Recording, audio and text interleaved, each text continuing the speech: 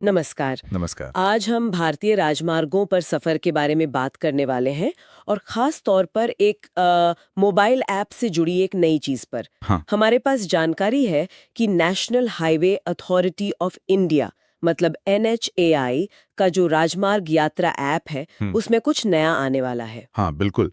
और ये जो अपडेट है, ये शायद हमारे हाईवे पर यात्रा करने के तरीके को थोड़ा बदल सकता है। तो चलिए इसी पर थोड़ी गहराई से बात करते हैं, समझते हैं कि ये नया फीचर क्या है और हम जैसे यात्रियों के लिए इसके क्या मायने हो सकते हैं। जरूर। तो जो जानकारी मिली है उसका सार ये है कि NHAI का जो राजमार्ग यात्रा ऐप है वो जल्दी ही 2 जगहों के बीच सबसे कम टोल वाला रास्ता भी बताएगा। हाँ, और यही बात इसे दिलचस्प बनाती है। मतलब अभी तक हम क्या देखते थे, दूरी या लगने वाला समय। बिल्कुल। अब इसमें एक तीसरा एंगल जुड़ रहा है, लागत का। हाँ। खास तौर पर टोल की लागत का। हाँ, मतलब ऐप अब सिर्फ सबसे छोटा या सबसे तेज रास्ता नहीं, बल्कि सबसे किफायती रास्ता भी सुझाएगा। सही कहा। और इसका सीधा फायदा तो यही दिखता है कि यात्रियों के पैसे बच सकते हैं। जैसे स्रोत में उदाहरण भी दिया है, दिल्ली से लखनऊ जाना हो तो हाँ। ऐप बता देगा कि किस रास्ते पर टोल सबसे कम लगेगा। ये उन लोगों के लिए तो बहुत काम का हो सकता है जो अक्सर हाईवे पे चलते हैं ना। बिल्कुल। ट्रक ड्राइवर्स हुए या जो लोग बिजनेस के लिए ट्रैवल करते हैं, उनके लिए तो छोटी छोटी बचत भी मायने रखती हैं। सही। लेकिन अगर हम इसे थोड़ा और बड़े पैमाने पर देखें, तो ये फीचर लोगों के रास्ते चुनने के तरीके को ही बदल सकता है। आप सही कह रहे हैं। हो सकता है कि लोग टोल बचाने के लिए थोड़ा लंबा रास्ता लेने को भी तैयार हो जाएं। हाँ, ये संभव है। मतलब यात्रा की जो कुल लागत है, उसको मैनेज करने में ये एक अहम भूमिका निभा सकता है।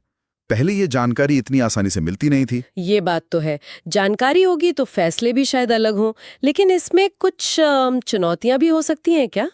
जैसे मान लीजिए सब लोग सबसे सस्ता रास्ता ही लेने लगें, तो वहां ट्रैफिक बढ़ सकता है।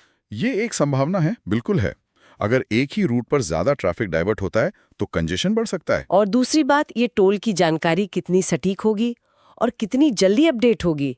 आजकल तो सड़कें बनती रहती हैं, टोल रेट बदलते हैं। हाँ, ये NHAI के लिए एक बड़ी चुनौती होगी। डेटा की एक्यूरेसी और रियल टाइम अपडेट्स, ये बहुत जरूरी होगा ताकि ऐप भरोसेमंद रहे। सही। लेकिन देखिए, टेक्नोलॉजी का यही तो काम है, वो समाधान लाती है, तो कभी-कभी नई स्थितियां भी पैदा करती है। पर मुख्य बात यह है कि पारदर्शिता बढ़ रही है, लागत की पारदर्शिता। ये तो है।